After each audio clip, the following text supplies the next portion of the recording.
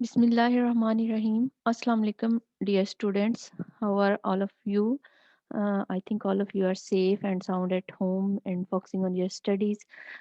Students, we were studying chapter number 3, gases. We have completed our chapter according to SMART syllabus. So today we will do its exercise. For in exercise question number 1 is MCQs. So first MCQ is pressure remaining constant, at what temperature the volume of a gas will become twice of what it is at 0 centigrade. तो सबसे पहले तो हमें पता होना चाहिए कि pressure constant है तो टेम्परेचर और वॉल्यूम में क्या रिलेशन है। टेम्परेचर और वॉल्यूम में डायरेक्ट रिलेशन है कि जितना हम टेम्परेचर इंक्रीज करेंगे उसके अकॉर्डिंग वॉल्यूम भी इंक्रीज होता जाएगा। और उसमें ये कहा जा रहा है कि प्रेशर कांस्टेंट है तो टेम्परेचर हम कितना कर दें कि वॉल्यूम ऑफ गैस ट्वाइस हो जाए उस वॉल्यूम से जो कि वो 0 सेंटीग्रेड पे था। तो अब हमने देखना है कि 0 सेंटीग्रेड का डबल इसमें से कौन-सा टेम्परेचर है। अगर पहला हम देखें 546 सेंटीग्रेड तो वो 0 सेंटीग्रेड से डबल नहीं है। नेक्स्ट बी पार्ट है 200 सेंटीग्रेड तो ये भी 0 सेंटीग्रेड से डबल टेम्परेचर नहीं है। नेक्स्ट 546 केल्विन है तो ये भी 0 सेंटीग्रेड को देखें इसका डबल तो नहीं है लेकिन बट हम देखें कि अगर 0 सेंटीग्रेड है वो किसके इक्वल है। 0 centigrade is equal to 273 kelvin. So it's double of 273 kelvin. 546 is double of 273। Next देखिए अगर उन्होंने 273 केल्विन दिया तो this is equal to 0 centigrade. So most probable answer is C part that is 546 kelvin. कि अगर start में temperature 0 centigrade था it means वो 273 केल्विन था। अब अगर हम उसको डबल करेंगे तो क्या वैल्यू आएगी 546 केल्विन। सो 546 केल्विन पे अगर हम टेम्परेचर 546 केल्विन कर देंगे तो वॉल्यूम जो है वो डबल हो जाएगा उस वॉल्यूम से जो कि 0 सेंटीग्रेड पे था। Next MCQ is number of molecules in 1 cubic decimetre of water is close to. Now number of molecules अगर हम 1 मोल का अगर हम वॉल्यूम देखें बच्चों तो वो 22.414 क्यूबिक डेसीमीटर होता है और उसमें जो नंबर ऑफ मॉलिक्यूल्स होते हैं वो एवोगेड्रोज नंबर ऑफ मॉलिक्यूल होते हैं। कि जब वॉल्यूम 22.414 क्यूबिक डेसीमीटर होता है तो उसमें नंबर ऑफ मॉलिक्यूल्स कितने होते हैं एवोगेड्रोज नंबर ऑफ मॉलिक्यूल्स। तो अब अगर हम 1 क्यूबिक डेसीमीटर में फाइंड आउट करना चाहते हैं तो हम एवोगेड्रोस नंबर को 22.4 से डिवाइड कर देंगे। सो इसमें जो ए है ये बेस्ट ऑप्शन है। 6.02 इंटू 10⁻23 जो है ये एवोगेड्रोस नंबर है।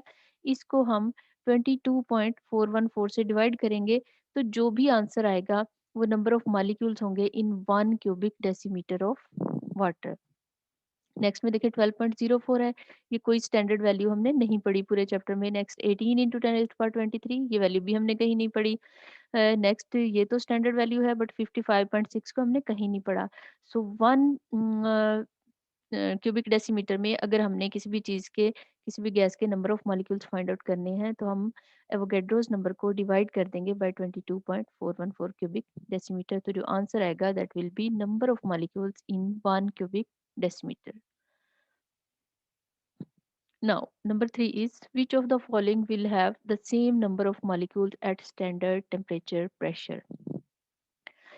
इसमें बच्चों हमने अवोगाड्रोस लॉ को फॉलो करना है कि at standard temperature pressure equal volume of all the gases have equal number of molecules.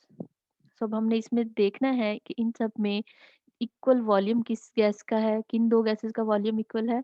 तो अगर हम ए पार्ट देखें इसमें 280 cubic centimetre of carbon dioxide है and 280 cubic centimetre of N2O है। तो अब अगर हम इस ऑप्शन पे ही गौर करें थोड़ा सा देखें दोनों गैसेस के वॉल्यूम इक्वल है और स्टैंडर्ड टेम्परेचर प्रेशर है। सो स्टैंडर्ड टेम्परेचर प्रेशर पे अगर वॉल्यूम इक्वल है गैसेस का तो उनके नंबर ऑफ मॉलिक्यूल्स भी सेम होंगे।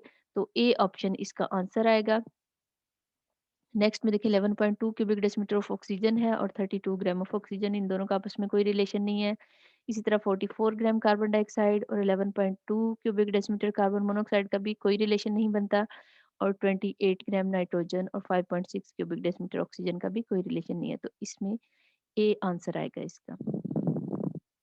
Next number 4 is if absolute temperature of a gas is doubled and the pressure is reduced to one half, the volume of the gas will।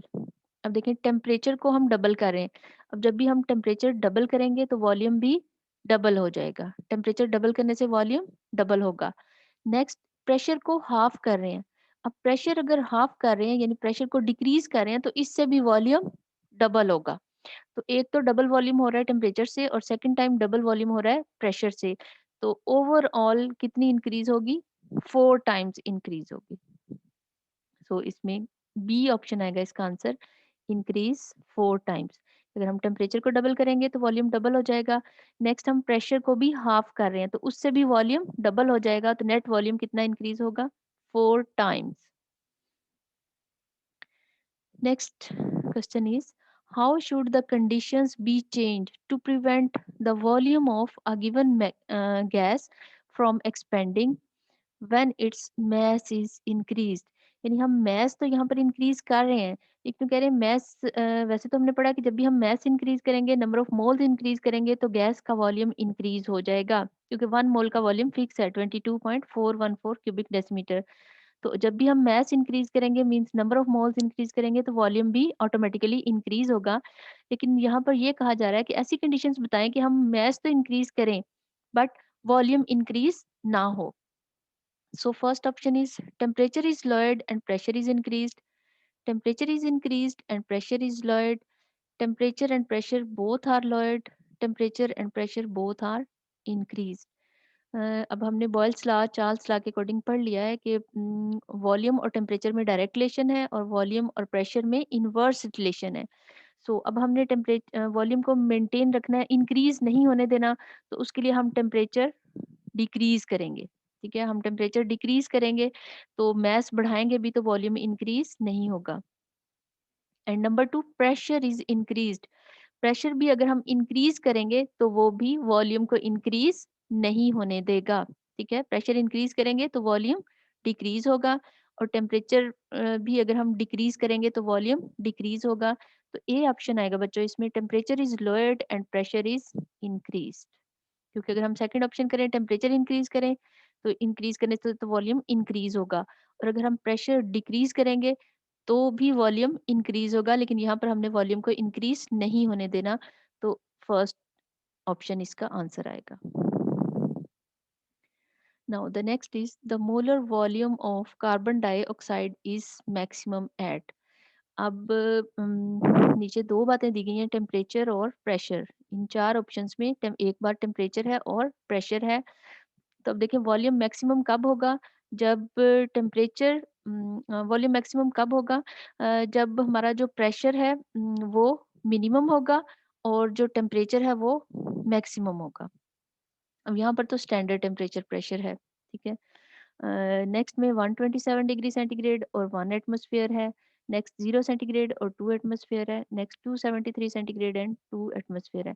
अब इन सब में अगर हम देखें तो सबसे कम प्रेशर 1 एटमोसफियर है, और इसके अकॉर्डिंग अगर हम टेम्परेचर देखें तो सबसे ज़्यादा टेम्परेचर इसमें 127 सेंटीग्रेड होगा। यहाँ पर टेम्परेचर ज़्यादा है लेकिन साथ में प्रेशर भी ज़्यादा है। ठीक है, यहाँ पे टेम्परेचर तो ज़्यादा है लेकिन साथ में प्रेशर भी डबल है उससे। यहाँ पे टेम्परेचर बहुत कम है और प्रेशर ज़्यादा है, लेकिन यहाँ पर प्रेशर कम है और उसके साथ साथ टेम्परेचर जो है वो ज़्यादा है। तो बी ऑप्शन इसका आंसर आएगा, 127 सेंटीग्रेड एंड 1 एटमोस्फेरिक प्रेशर। तो कार्बन डाइऑक्साइड का मोलर वॉल्यूम जो है वो यहाँ पर मैक्सिमम होगा क्योंकि टेम्परेचर ज़्यादा है और प्रेशर कम है।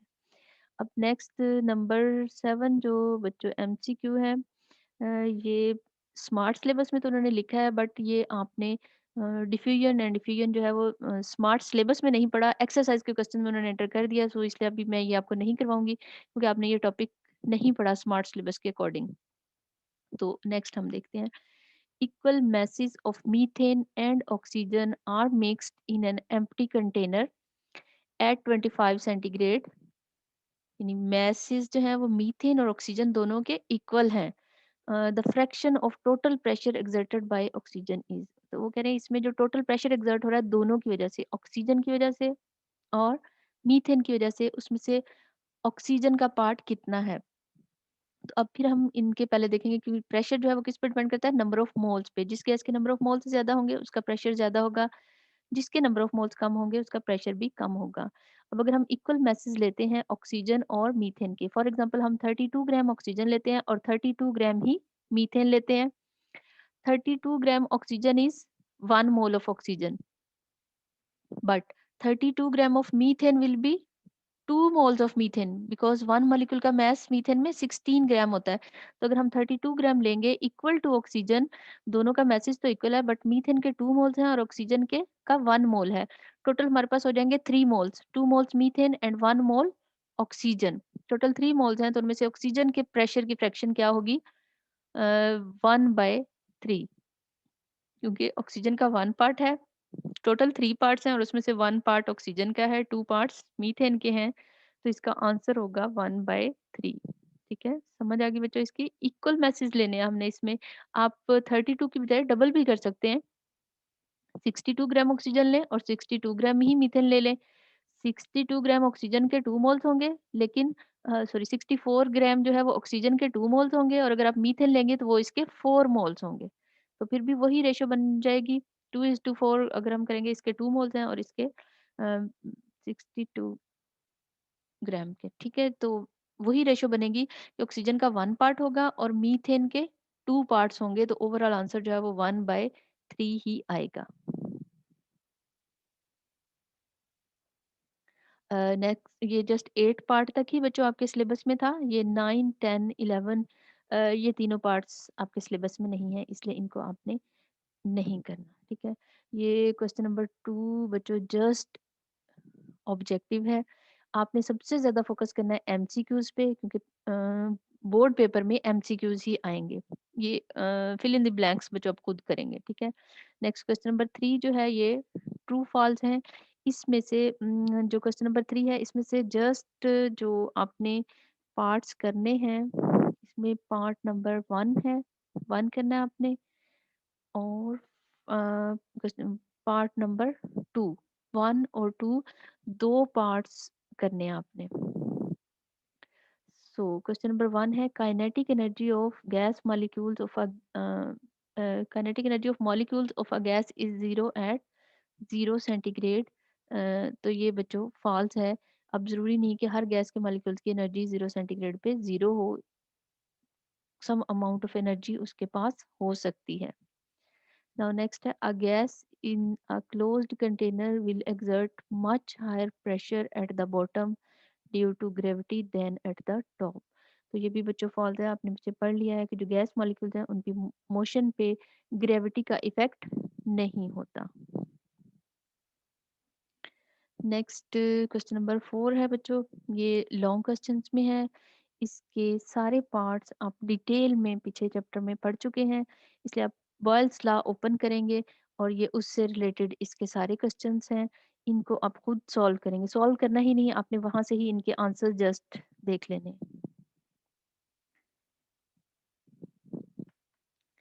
Next question number 5 is related to Charles law. ये चार्ल्स लॉ भी बच्चों आपने प्रॉपर डिटेल में स्टडी किया है। ठीक है, तो इसके आंसर्स आप वहां से देखेंगे। What is Charles law, which scale of temperature is used to verify that V/T is equal to K, जब pressure and number of moles constant है, आप चार्ल्स लॉ को डिफाइन करेंगे, उसकी मैथमेटिकल फॉर्म लिखेंगे, और टेम्परेचर स्केल कौन सा यूज करेंगे आप? Kelvin scale. नेक्स्ट क्वेश्चन देखें, sample of carbon monoxide gas occupies 150 ml at 25 degree centigrade, then then cooled at constant pressure until it occupies 100 ml। पहले 150 ml था, then 100 ml है, प्रेशर कांस्टेंट है। ठीक है, what is the new temperature? अपने new temperature find out करना है। अब देखें इसमें उन्होंने बता दिया, उन्होंने पहले हमें V1 दिया है और V2 दिया है, T1 दिया है, T2 हमने फाइंड आउट करना है। प्रेशर कांस्टेंट है, तो इसमें चार्ल्स लॉ की इक्वेशन यूज होगी, V1/T1 is equal to V2/T2। ये इक्वेशन आप लिखेंगे और फिर उसमें से बाकी तीनों की वैल्यूज पुट करके T2 की वैल्यू फाइंड आउट करेंगे, जो कि केल्विन में है, तो ये आ जाएगी 198.8 केल्विन। नेक्स्ट सी पार्ट है, do you think that the volume of any quantity of gas becomes zero at -273.16 centigrade? Is it not against the law of conservation of mass, and how do you deduce the idea of absolute zero from this information? ये बच्चों पूरा proper topic आपने पढ़ा हुआ है और आपने बताना है इसमें कि -273.16 सेंटीग्रेड से बहुत पहले ही जो गैसेस हैं वो लिक्विफाई हो जाती हैं, और कभी भी गैस का जो वॉल्यूम है वो जीरो नहीं हो सकता, because it's against the law of conservation of mass. So यहाँ तक हम गैसेस को कूल ही नहीं कर पाते, क्योंकि इससे पहले ही गैसेस लिक्विफाई हो सकती हैं। प्रॉपर डिटेल्स आप बुक से लिखेंगे। नेक्स्ट क्वेश्चन नंबर 6 भी है बच्चों सिलेबस में। What is Kelvin scale of temperature? Plot a graph for 1 mole of an real gas to prove that a gas becomes liquid earlier than -273.16। ये भी उसी टॉपिक के एंड पे प्रॉपर ग्राफ डिटेल्ड है। और next, throw some light on the factor 1/273। ये proper आप Charles law पढ़ेंगे, उसमें इन सब क्वेश्चंस के आंसर्स आपको मिल जाएंगे। Question number 7 is general gas equation, derive it in various forms. तो आप जनरल गैस इक्वेशन ड्राइव करेंगे।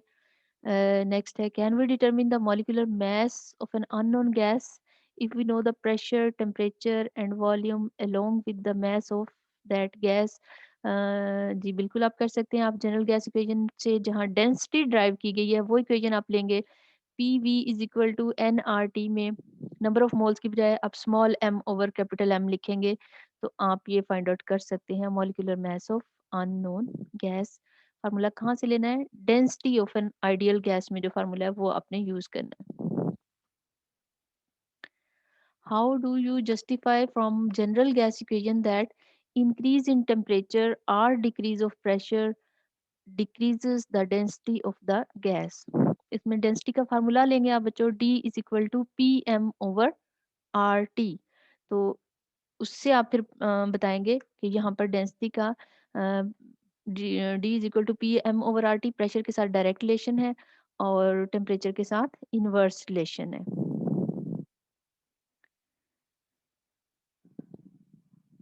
Why do we feel comfortable in expressing the densities of gases in the units of gram per cubic decimeter rather than gram per cubic centimeter, a unit which is used to express the densities of liquids and solids? uh, जो gases की densities होती हैं बच्चों, उनकी values ज़्यादा small values होती हैं, इसलिए जब हम इन ग्राम पर क्यूबिक डेसीमीटर में रिप्रेजेंट करते हैं तो इजी होता है एक्सप्रेस करने में, इसलिए हम इसमें एक्सप्रेस करते हैं। Next question number 8 is very very important. Derive the units for gas constant R in general gas equation. Number one, when the pressure is in atmosphere and volume in cubic decimeter. ये जो first drive की गई units ये वो हैं। और next, pressure in newton metre per metre square and volume in metre cube. तो ये है बच्चों S I unit of R. ठीक है, सेकंड वन क्या है? S I unit of R. जो थर्ड वन है energy is expressed in ergs, इसको आप लीव कर दें, ये आपके सिलेबस में नहीं है। नेक्स्ट इज क्वेश्चन नंबर 9, ये भी आपके सिलेबस में है बच्चों। What is Avogadro's law of gases? ये लॉ आपने पढ़ लिया डिटेल में। नेक्स्ट हमारे पास न्यूमेरिकल है, do you think that 1 mole of hydrogen and 1 mole of ammonia at 0 centigrade and 1 atmospheric pressure will have Avogadro's number of particle? ठीक है, यहाँ पे एवोगेड्रोस लॉ पढ़ेंगे, उसमें नीचे प्रॉपर आप इसको प्रूव करेंगे कि 1 मोल किसी भी गैस का हम लेंगे तो उसमें एवोगेड्रोस नंबर ऑफ पार्टिकल्स भी होंगे। उनका साइज, उनका मैस इसको इफेक्ट नहीं करेगा, क्योंकि गैसेस में मॉलिक्यूल्स एक दूसरे से बहुत ज़्यादा डिस्टेंस पे होते हैं। Next, justify that 1 cubic centimeter of hydrogen and 1 cubic centimeter of methane at standard temperature pressure will have same number of molecules when one molecule of methane is 8 times heavier than that of hydrogen. तो ये भी same answer है कि जी ऐसा ही होगा। जो molecules का size है या मॉलिक्यूल का जो मैस है वो वॉल्यूम को इफेक्ट नहीं करता, बिकॉज गैसेस में जो मॉलिक्यूल्स हैं, दो मॉलिक्यूल्स में जो डिस्टेंस है वो एक मॉलिक्यूल के डायमीटर से 300 टाइम्स ज्यादा है, इसलिए मैस बढ़ने से उनको ज्यादा स्पेस की जरूरत नहीं पड़ती। इक्वल वॉल्यूम अगर गैसेस का होगा स्टैंडर्ड टेम्परेचर प्रेशर पे, तो उसमें same number of molecules present होंगे।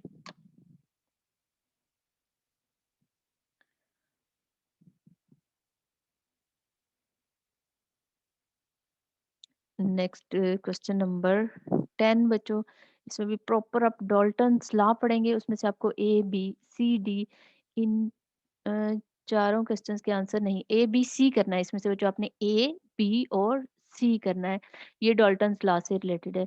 जो डी पार्ट है ये आपके स्मार्ट सिलेबस में नहीं था, सो इसको आपने नहीं करना। इन तीनों के आंसर्स आपको मिल जाएंगे उसमें से। नेक्स्ट क्वेश्चन नंबर 11 भी आपके सिलेबस में नहीं है। क्वेश्चन नंबर 12 करना है बच्चों आपने। What is kinetic molecular theory of gases? Give its postulate. This question is also very important. Kinetic molecular theory के आपने postulates देने हैं, just postulates, 7 to 8 postulates. Next, how does kinetic molecular theory of gases explains the following gas laws? आपने kinetic gas equation से इन laws को deduce करना है। इसमें से 3 laws करने हैं आपने, Boyle's law, Charles law and Avogadro's law. The fourth one, Graham's law of diffusion, is not in your syllabus. Question number 13 is not in syllabus. Question number 14 is also not in syllabus. Next, question number 15. Question number 15 is related to Boyle's law. ये जो smart syllabus में नहीं लिखा हुआ, but इसको आपने करना है क्योंकि ये स्मार्ट सिलेबस में तो आपने पढ़ा है, बट एक्सरसाइज का जो स्मार्ट सिलेबस है उसमें क्वेश्चन नंबर 15 नहीं लिखा, बट इसको आपने करना है क्योंकि ये बॉयल्स लॉ से रिलेटेड है और वो टॉपिक आपने पढ़ा है। इसमें से आप पहला पार्ट करेंगे, आप सेकंड पार्ट करेंगे जी। इसमें ए और बी पार्ट दोनों आपने करने हैं। A part is plot of PV versus P is a straight line at constant temperature and with a fixed number of moles of an ideal gas. यानी अगर हम PV और P में ग्राफ प्लॉट करें, P on x axis and PV on y axis, तो ऐसी straight line आती है जो पैरेलल टू एक्स एक्सिस होती है। उसकी रीज़न ये है कि हम प्रेशर जितना इंक्रीज करते जाएंगे वॉल्यूम उतना डिक्रीज होता जाएगा, लेकिन जो प्रेशर वॉल्यूम का प्रोडक्ट है वो कांस्टेंट रहेगा, उसकी वैल्यू चेंज नहीं होगी अकॉर्डिंग टू बॉयल्स लॉ। तो अकॉर्डिंग टू बॉयल्स लॉ यही ग्राफ है, इसलिए स्ट्रेट लाइन आएगी।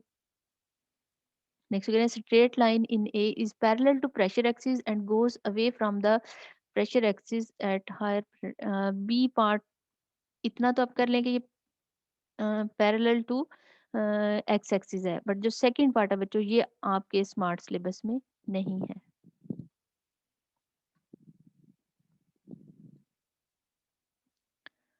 Next, we have some numerical questions that you have to do. Question number 16 is in your syllabus and very short question है.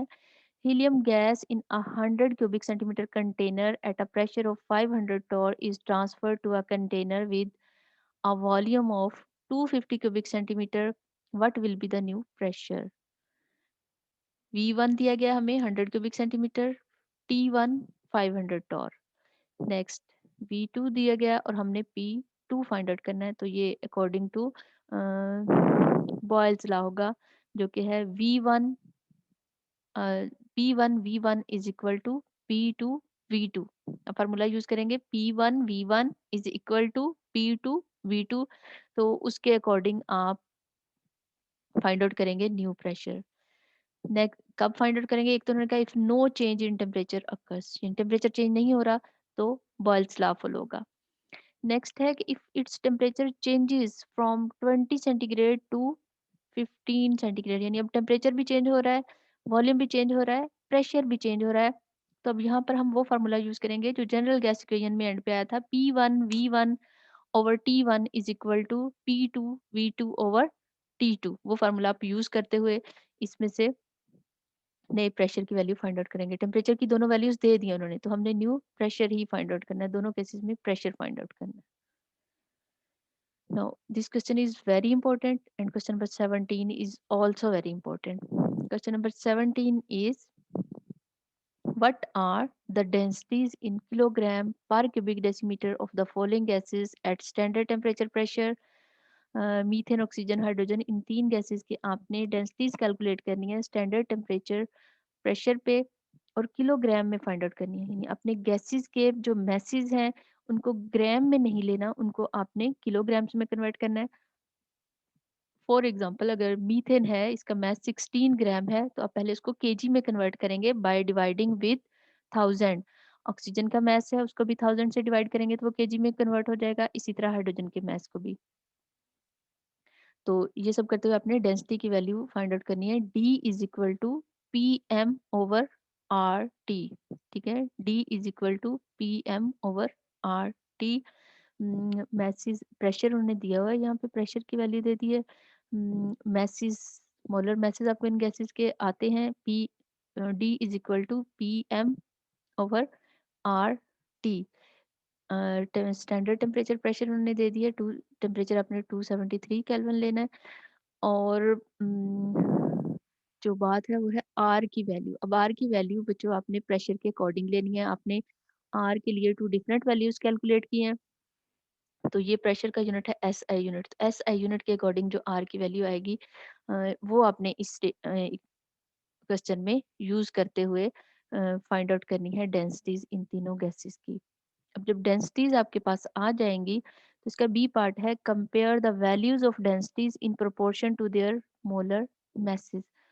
अब आपने ये बताना है कि मोलर मैसेज के अकॉर्डिंग गैसेस की डेंसिटीज की क्या वैल्यू आई है, तो किसकी डेंसिटी ज्यादा है किसकी कम है। इसमें जनरल आपको बता देती हूँ कि वो गैस जिसका मोलर मैस ज्यादा होगा उसकी डेंसिटी भी ज्यादा होगी। क्यों? Because D is equal to P M over R T molar mass के साथ डेंसिटी का डायरेक्ट रिलेशन है। तो हाइड्रोजन, ऑक्सीजन, मीथेन तीनों में से जिसका मोलर मास ज्यादा होगा उसकी डेंसिटी ज्यादा होगी, और जिसका मोलर मास कम होगा उसकी डेंसिटी भी कम होगी।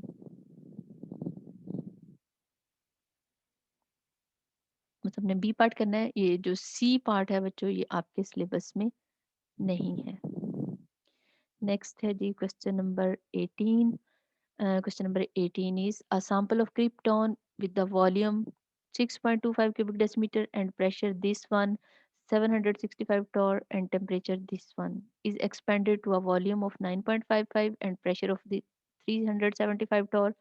What will be its final temperature? तो इसमें देखें बच्चों, प्रेशर वॉल्यूम है, प्रेशर है और टेम्परेचर है। सबसे पहले तो टेम्परेचर को आपने लेना है तो आप इसको कन्वर्ट कर लें, उसमें केल्विन में कन्वर्ट कर लें। फिर आप इसको यूज़ करें। और तीनों चीज़ें हैं, P1 V1 T1 है और P2 V2 और T2 है जो हमने फाइंड आउट करना है। तो हम इसमें जनरल गैस इक्वेशन का फार्मूला यूज़ करेंगे, P1 V1 over T1 is equal to P2 V2 over T2। तो उसमें से T2 को साइड पे करके उसकी वैल्यू आप फाइंड आउट करेंगे तो ये आंसर आपके पास आ जाएगा। नेक्स्ट बच्चों 19, क्वेश्चन नंबर 19 आपके सिलेबस में है, क्वेश्चन नंबर 20 है और इसके बाद 22 एंड 3, 21 जो है ये आपके सिलेबस में नहीं है। 20 और उसके बाद क्वेश्चन नंबर 22 एंड 23 आपके सिलेबस में है, क्वेश्चन नंबर 24 भी सिलेबस में नहीं है। अब जस्ट ये 3 क्वेश्चन 19, 20 एंड 22 एंड 23 अब इनको आप खुद सॉल्व करेंगे। आपको जहाँ कहीं प्रॉब्लम हो आप व्हाट्सएप ग्रुप में मुझसे पूछ सकते हैं, आप यूट्यूब कमेंट सेक्शन में भी क्वेश्चंस कर सकते हैं, तो वहाँ पर आपको इनके आंसर दिए जाएंगे। ये क्वेश्चन नंबर 19, 20, 22 और 23 ये आप लोगों ने खुद सॉल्व करने। Thank you.